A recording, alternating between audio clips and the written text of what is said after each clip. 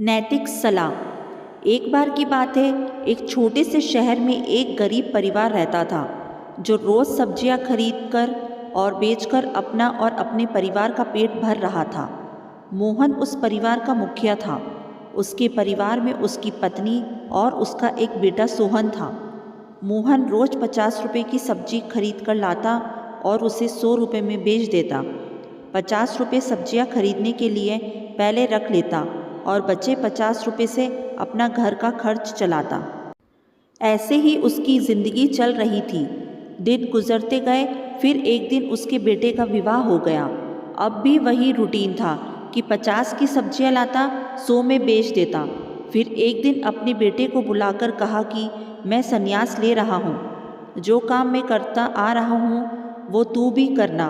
50 की सब्जियां लाना, 100 में बेच देना। जो भी खर्च चलाना है वो प्रॉफिट के पैसे से चलाना। सब्जियां खरीदने के लिए सबसे पहले 50 निकाल लेना और कभी कोई बहुत बड़ी मुसीबत आ जाए और कुछ समाधान ना मिले तब मेरे पास आ जाना, वरना छोटी मोटी समस्या खुद से निपटाना। बेटे ने हाँ कहा। फिर मोहन निकल गया भगवान का ध्यान करने। अब उसका बेटा भी वही करता कि 50 की सब्जी लाता, 100 में बेच देता। जिंदगी बढ़िया गुजर रही थी। फिर एक दिन सोहन की पत्नी ने सोहन से मिठाई की डिमांड रख दी। अब सोहन क्या करता? 50 का घर का खर्च और 5 की मिठाई। उसके बेटे ने सोचा 5 रुपये में कुछ नहीं होगा और 5 की मिठाई ले आया। उस दिन उसके 55 रुपये खर्च हो गए। अब बचे 45 रुपये और 45 की सब्जियां लाया और 90 रुपये में बेच दिया। 50 का उसके घर का खर्चा, बचे 40 रुपये। अब सोहन 40 रुपये की सब्जी लाया, 80 रुपये में बेच दी। 50 का घर का खर्च निकाल कर अब बचे 30 रुपये।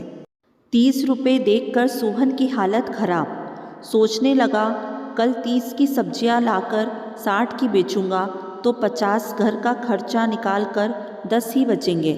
सोचने लगा बीवी को 5 रुपये की मिठाई खिलाकर बुरा फंस गया। जिंदगी बर्बाद होने को आई।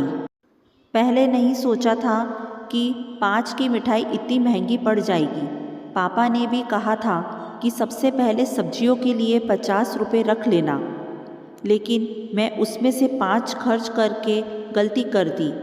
अब आने वाले कल की सोचकर सोहन को नींद नहीं आ रही। सोच रहा कल तो वह कंगाल हो जाएगा। फिर पापा की बात याद आई। बोला था जब बहुत बड़ी मुसीबत में फंस जाओ तब याद करना। इससे बड़ी मुसीबत क्या हो सकती है। इसलिए वो रात को ही अपने पिता से मिलने निकल पड़ा। मिलकर 5 की मिठाई की सारी बात बता दी और हाथ जोड़कर खड़ा हो गया कि बहुत बड़ी मुसीबत में हूँ। कल से कंगाल हो जाऊँगा, फिर घर परिवार कैसे चलाऊँगा। बेटे की बात सुन मोहन पहले नाराज़ हुआ, फिर उसको बोला अब लौट कर घर जा और घर में सबको बोलना कि आज सब मिलकर लक्ष्मी माता का व्रत रखेंगे, जिससे लक्ष्मी जी की कृपा होगी। मोहन के बेटे सोहन ने ऐसा ही किया। घर जाकर सबको व्रत रखने के लिए कहा। अगले दिन सोहन 30 की सब्जियां लाया, 60 की बेच दी। घर पर सबका व्रत, खर्चा कुछ ना हुआ। अगले दिन 60 की सब्जियां लाया, 120 की बेच दी।